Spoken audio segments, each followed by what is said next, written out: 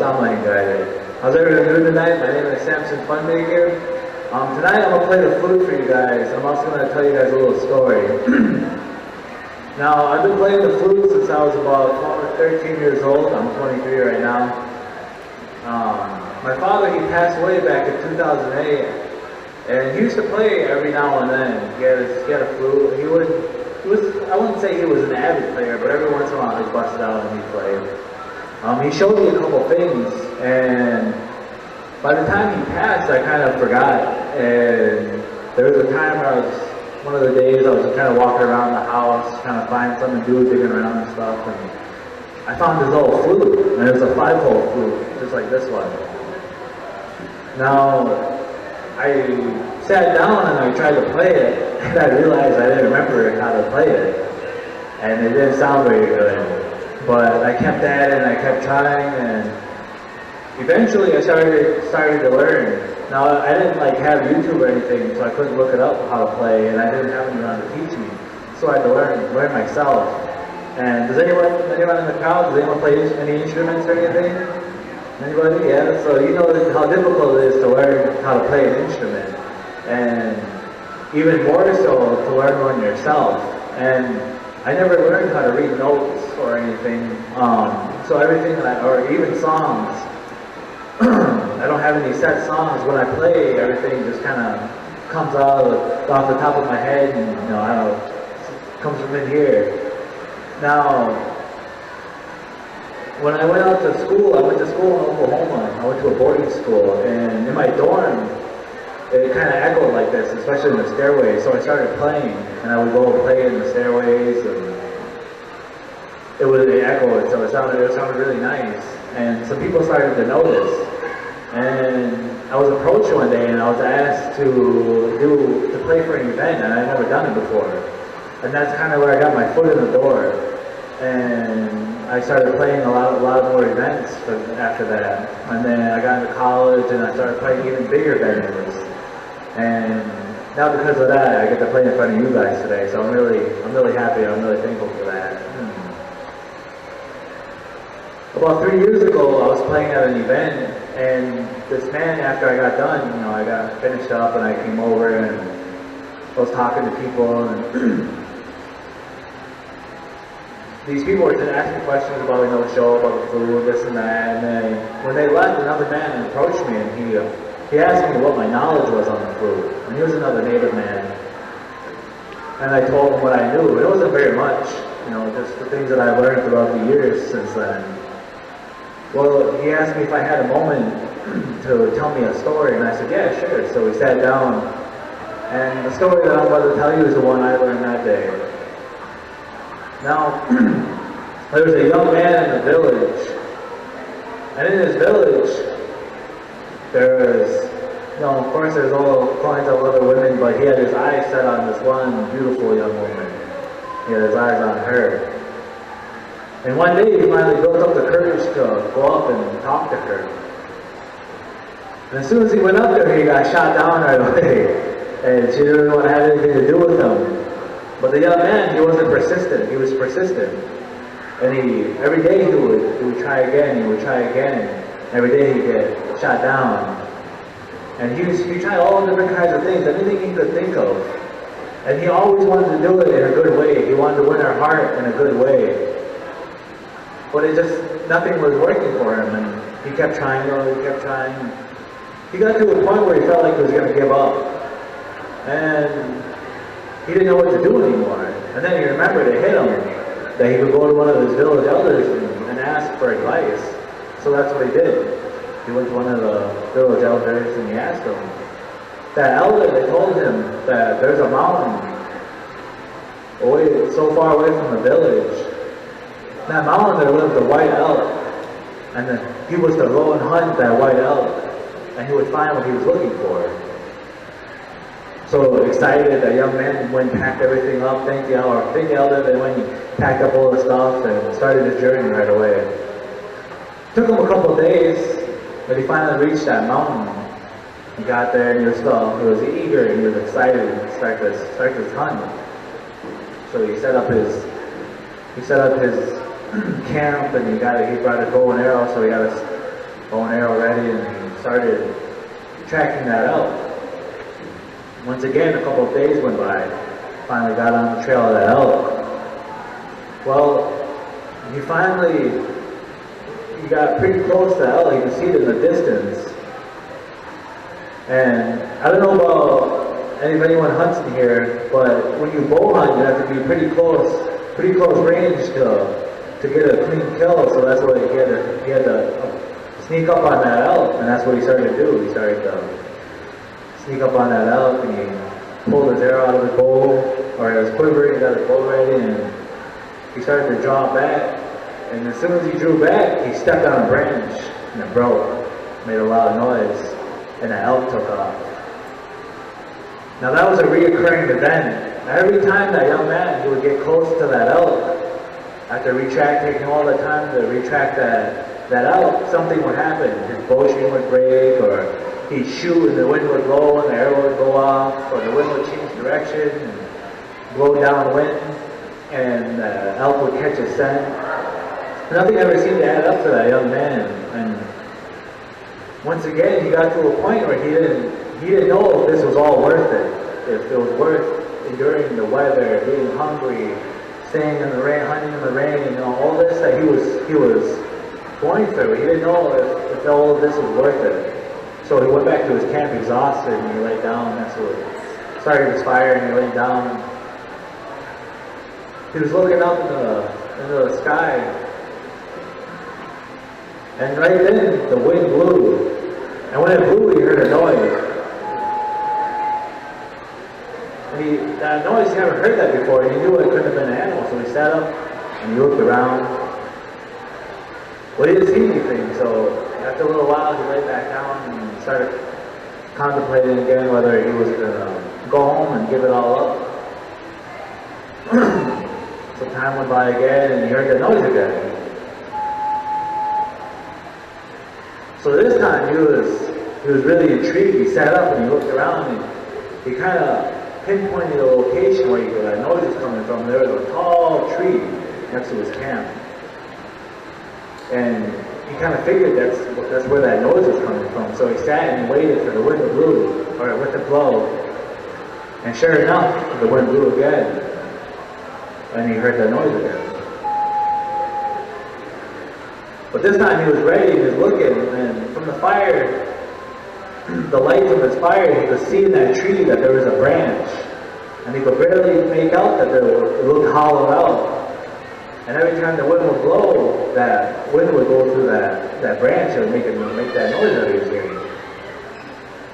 So, curious as he was, he climbed up that tree, and when he got to that branch, he broke it off and he climbed back down. When he got back on the ground, he sat next to his fire, and he was using the light, and he was kind of expecting that. I could see that there was 5 holes in that flute, just like this one. And he was looking at that, and it came back to him that every time the wind would blow, it made that noise. So he thought maybe he would go into the end of it. And it made that noise that he was hearing. So he took the flute and he figured, hey, maybe if I cover these holes, that'll make a different noise. So he blew on it and it made a different noise. Now, he sat there all night and he would move his fingers.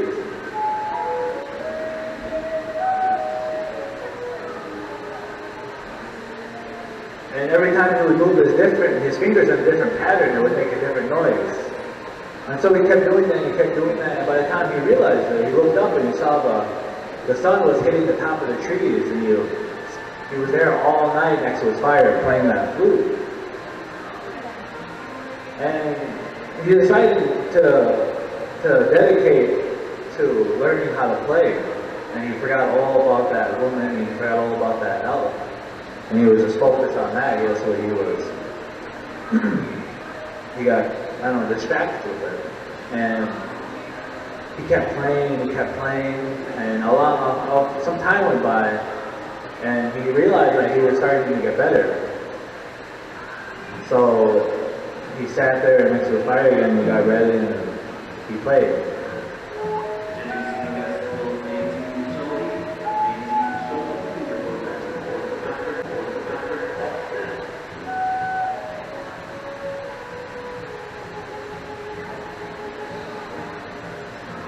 And he realized that he was starting to get really good. So he stayed there for a while though, and he kept practicing, and he felt like he got better than what he was playing last time.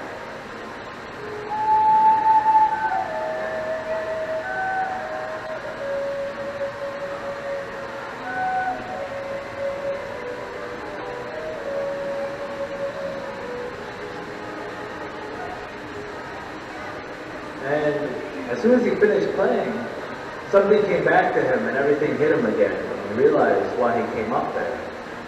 But as he sat there looking at that food, he realized he was never sent up there to hunt that out. That he was sent up there to find something different. And the noise that that flute made, he's never heard before. The beauty and the majesticness and the soft sound of it. You know, he's never heard anything like that before. And he felt like that's the reason why he was sent up there. And he felt like this is what would win her over. So he got excited again. He went back to his camp and packed up all his things and he took off home. Once some time went by, it took him a couple of days, but he finally made it home. Where his home was in a valley. And when he walked up, he was right on the edge. And as he stood there looking down on his village, something compelled him to play. So he put his stuff down and he got his flute and he played.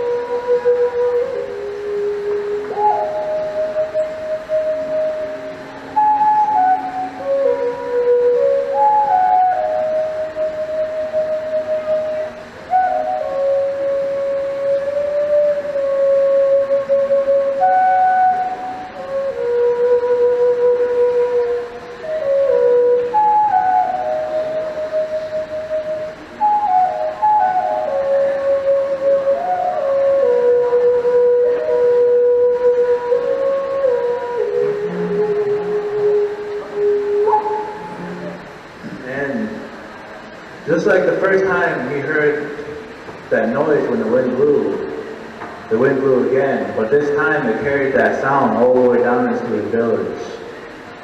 And it went to each one of those villagers, and they all looked up. But where it ended was right where that woman that he loved standing. And she looked up and she saw him for the first time, and she fell in love. Now that's the story that I was told on how the flute came about. I hope you guys enjoyed the story. I hope you enjoyed this music, and I hope you enjoyed the rest of the show. Thank you for coming out.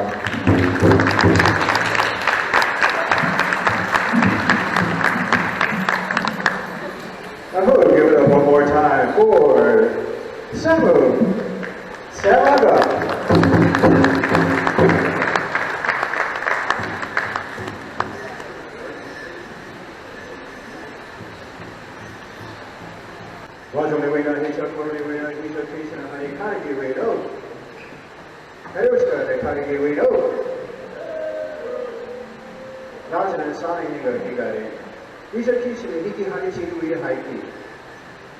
Friends, family, and relatives of Ho Chung Gaming, Wisconsin Dells, thank you for joining us for this evening's performance of The Washi Day Show. Now tonight you're going to see a little bit of showcasing of our powwow world and our singing and dancing of the Ho Chung Nation. With every powwow we begin by bringing in the dancers in the parade. It is known as the Grand Entry. Following the grand entry, we'll be going into what is known as the flag song and the veteran song. We'll get more into that as we go along here in the show. But for right now, ladies and gentlemen, we'd like to bring in the dancers with the grand entry.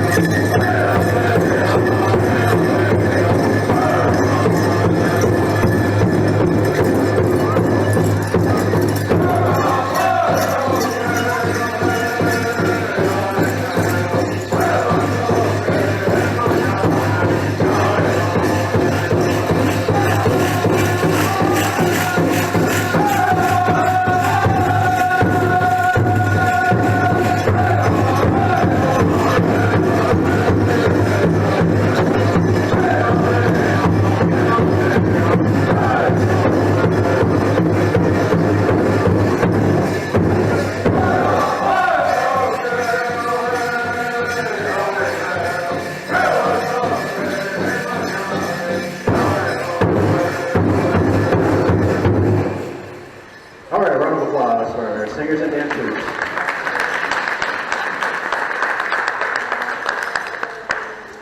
Now, I really touched upon how we have a flag song.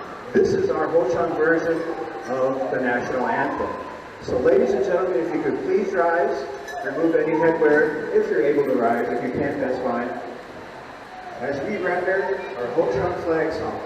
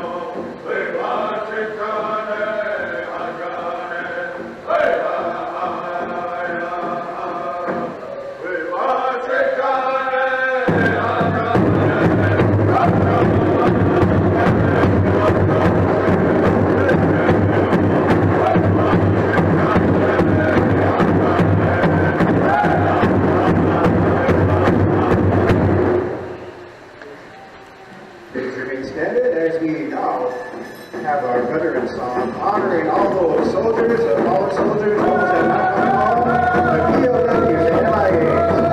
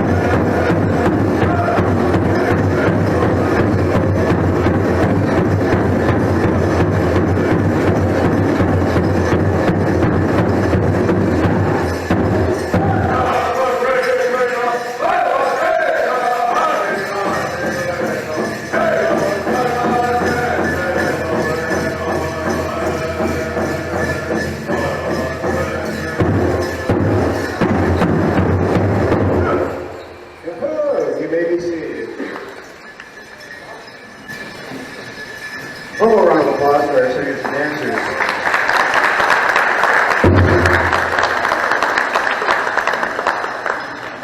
Now the show that we're bringing you tonight, this is the powwow version of our world. In 1634, the Ho-Chunk occupied nearly 7 million acres here in parts of Wisconsin, Upper Michigan, Iowa, Minnesota, and Illinois. This was our territory.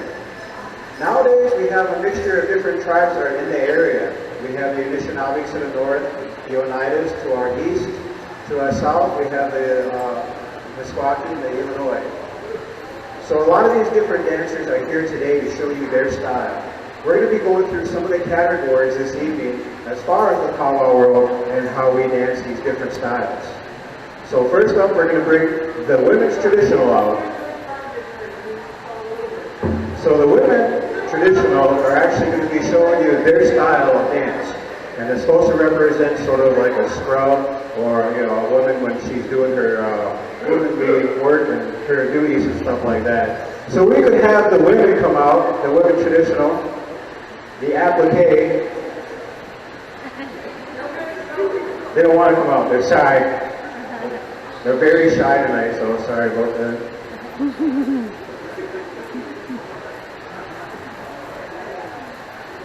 So as you can see, the women's traditional, you're going to see a different style of dance as opposed to all the other dancers when they came out here. If you notice the skirt, they have a panel there, and that's called an applique design. Now a lot of these applique designs are traditional. They are passed down from one generation to the next. So a lot of the designs that you're seeing here could very well go back to their great-great-grandmothers. So ladies and gentlemen, I want to bring to you the women's traditional, women's applique.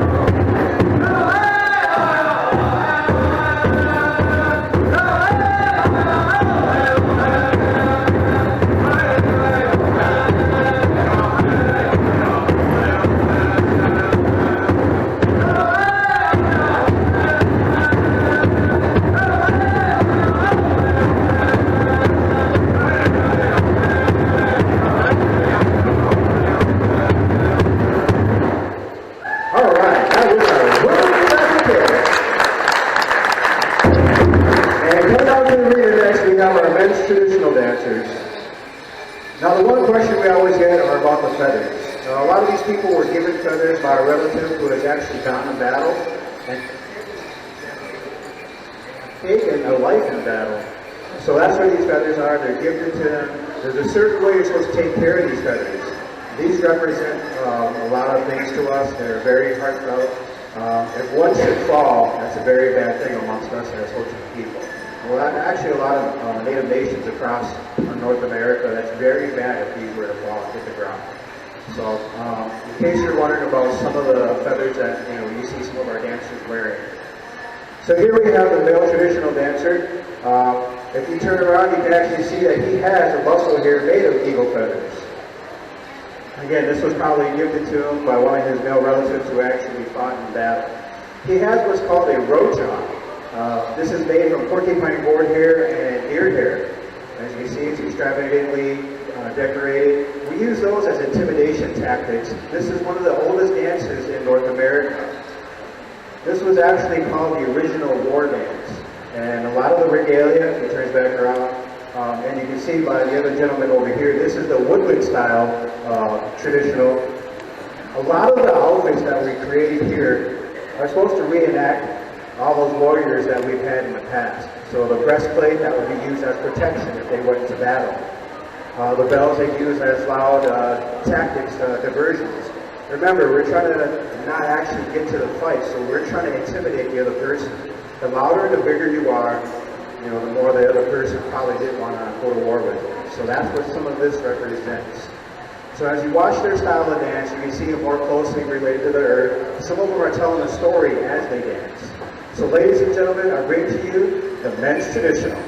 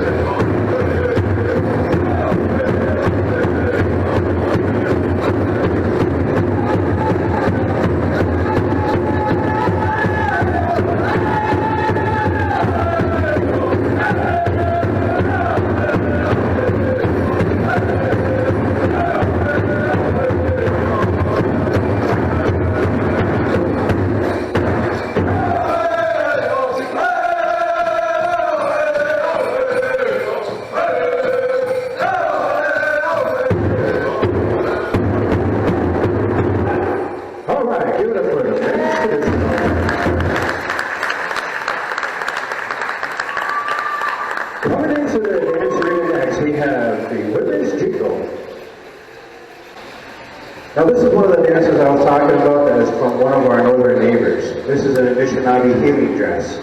There's a long story that goes behind it where a woman's village was actually under a great illness.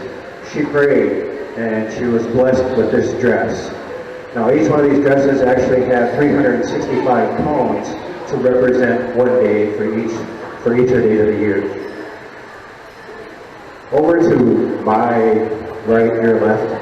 This is more of an older type of outfit here with Denise. As you can see, she doesn't really have any of that headgear on, none of the fluffs or anything like that. And then over to my right, you see more of a contemporary style, where she actually has a vest and beautiful fan in the back. Now their steps are going to be a little bit different than the other dancers that you've seen. So as you watch, you can hear the jingles and the beautiful melody they made, as this is the women's jingle.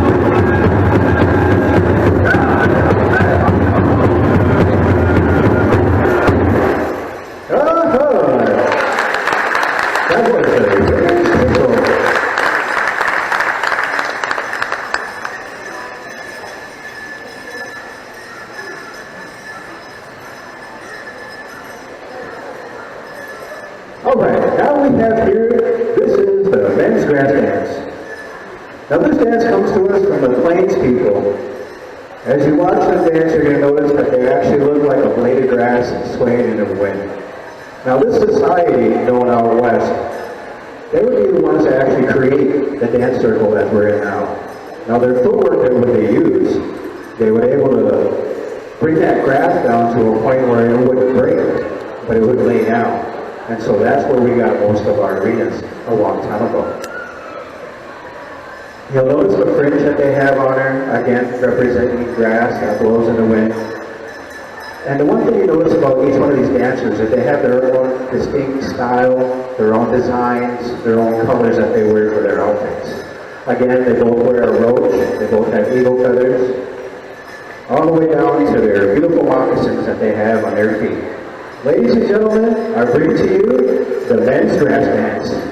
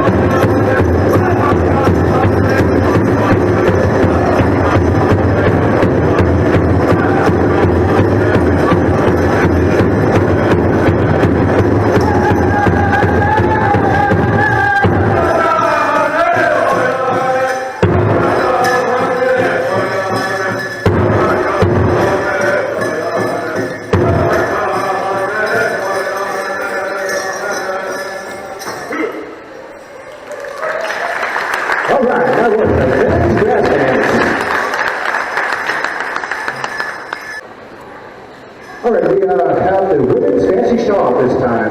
Now this is a contemporary dance. This is a modern dance. Now when I say modern, you gotta think we've been here for thousands of years. So anything within the past 200 to 50 years ago, that's relatively new to us. Remember, we didn't have like Walmart, we didn't have McDonald's back in the day. We didn't have any of that. So this is a relatively new dance, contemporary dance. It's a fast dance. It's for a lot of the younger men and women out there. A lot of the women are like, hey, I want to, show my athleticism off. I like to spin and twirl and just, do my interpretation of what this dance could be. So this was created on their behalf. As you notice, they each have a different design on what's called a shawl. If you could hold your shawls up and show the audience. So you can see all the different designs that they have there. And then in the front, you're going to see how they have different beadwork. Again, some of them have feathers and some of them don't. Like I said, it just depends on the person and how they want to actually dress themselves in their regalia. Remember, ladies and gentlemen, this is regalia. This is not a costume. We don't put this on. To us, it's not a Halloween thing. This is actually traditional clothing that we make ourselves and we wear at different powwows. So without further ado, ladies and gentlemen, this is the Women's Fancy.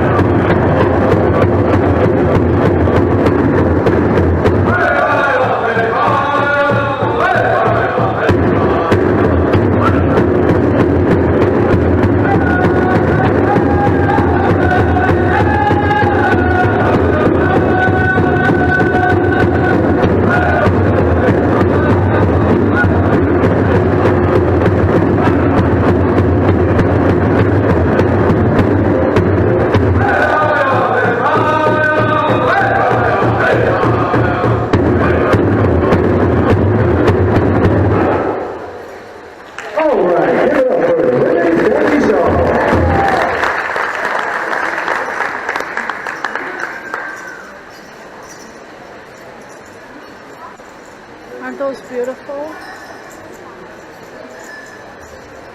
Okay, on our arena next, we have the Men's Fancy Feather. Again, this is an athletic fast dance. As you notice, they have two muscles on their back as opposed to just the one that the gentleman in traditional category had. Again, they have roaches, they have eagle feathers, but you notice in their hands, they have actual hand spinners that they use. Again, this is a very fast dance. This was created down in Oklahoma during the 1950s, 1960s, so this is a relatively new contemporary dance. Very colorful, very fast. Ladies and gentlemen, this is the Men's Fancy Feather.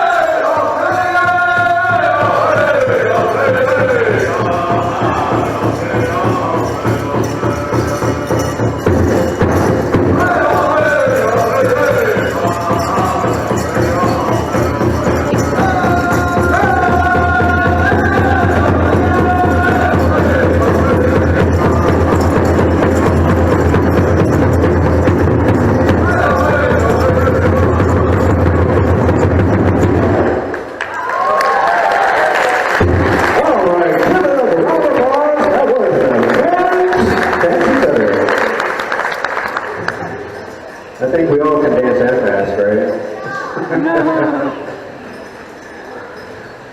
Now, none of these powwows would be possible without our powwow drum. So, ladies and gentlemen, at this time, I'd like to introduce our singers that we have here available for you. Starting with Louisa,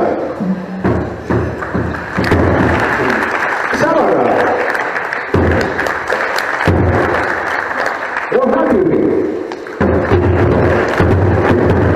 and Hikaiku. And coincidentally, he is our lead singer, so if you notice, a lot of these guys are not going by any kind of music sheet. You know, these are all songs that are coming off the top of their heads. You have to know a lot of these songs, not only as a dancer, but specifically as a singer. So, these guys, what they're doing now, this is all from their heart, this is all from their head. They've been learning since they were very young how to do a lot of this. So as a special treat for each and every one of you, we're going to have Samaga come up, and he's actually going to do a hand drum for you. And we're going to have Nakate come behind him and actually do the same thing. So I'll tell you what, why don't you guys be the judge and let me know which one you like better. Up first we have Samaga. This is the hand drum.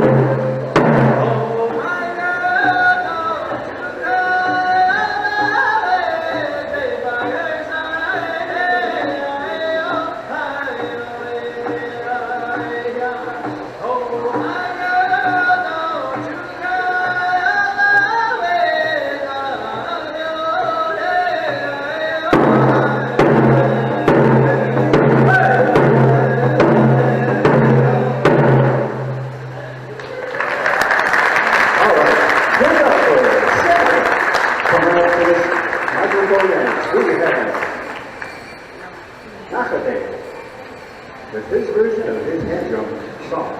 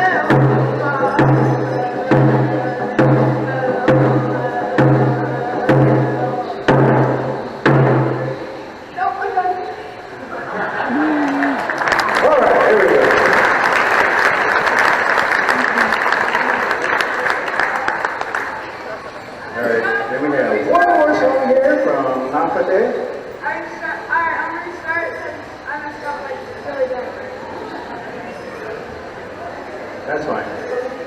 He's going to restart his song, everybody. Here we go. Nakate.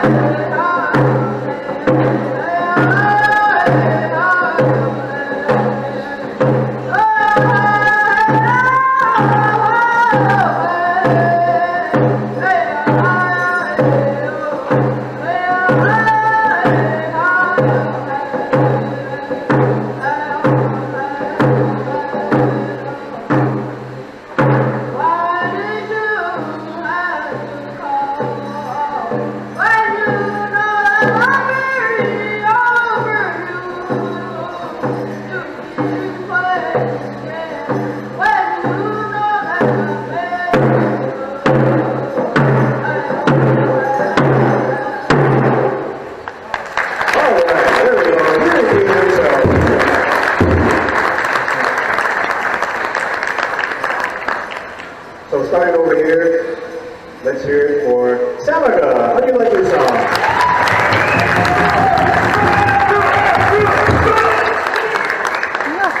And now, how about Nakate? How do you like this song? Yeah, I'm pretty sure Nakate got that one. All right, good job. All right, we're going to put all the men dancers out here. And we're going to show you a different style for these guys tonight. And what we're going to do is we're going to go ahead and give them a special song. Now this is going to be a singer's choice. So as these guys are dancing, they're going to try and listen to the beat and match their feet to that song. So here it is, the men's special with all of our different categories.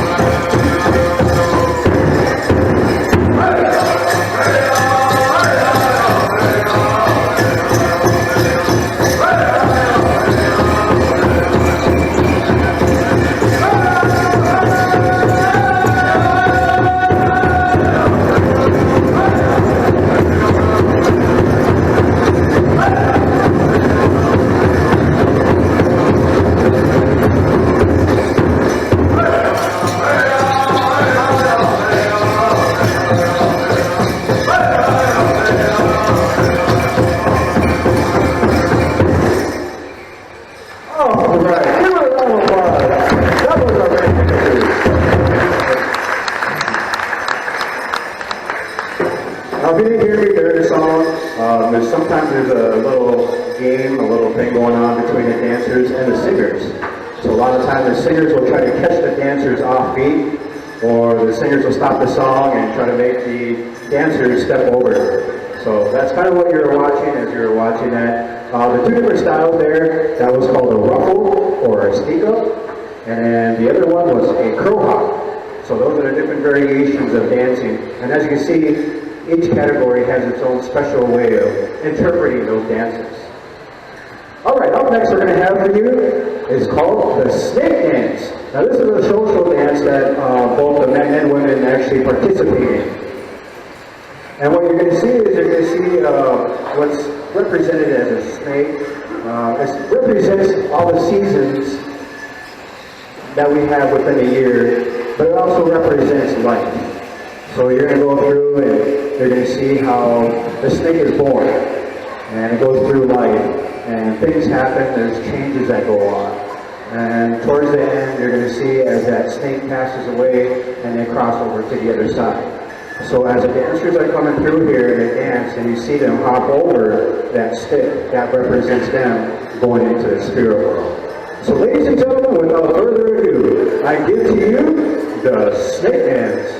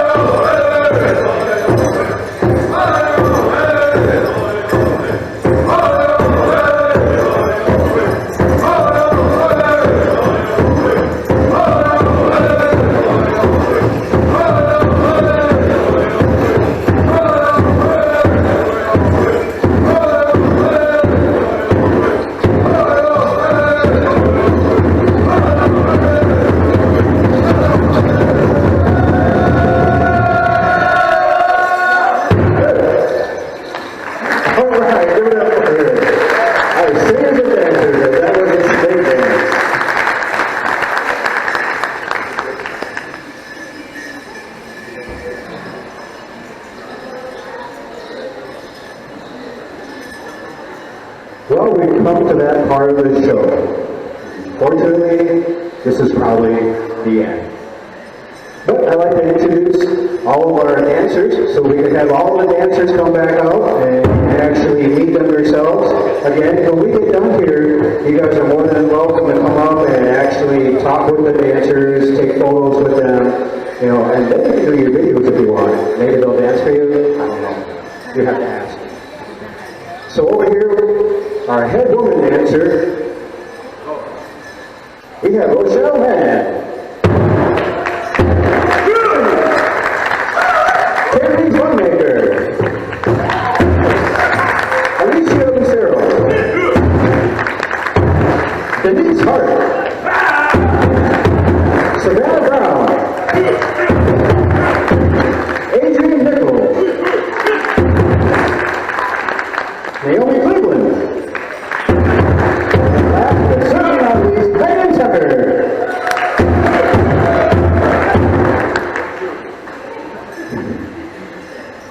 We have David Cleveland, Matthew Miller, Corey Hensley Jr., Parrish Cleveland.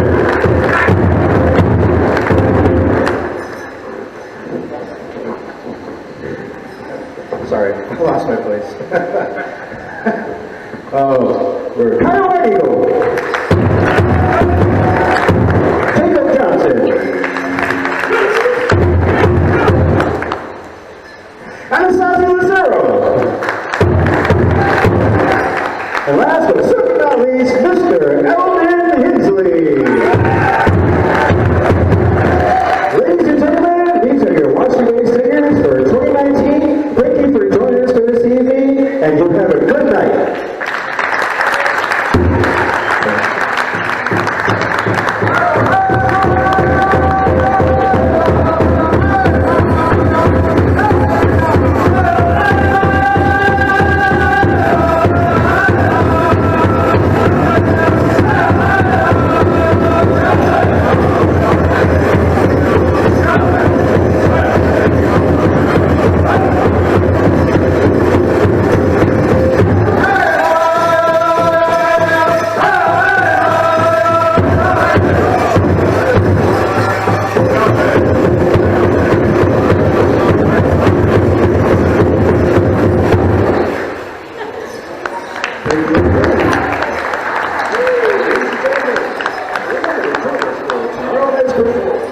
Friday night's performance of the Watch Your Day Show.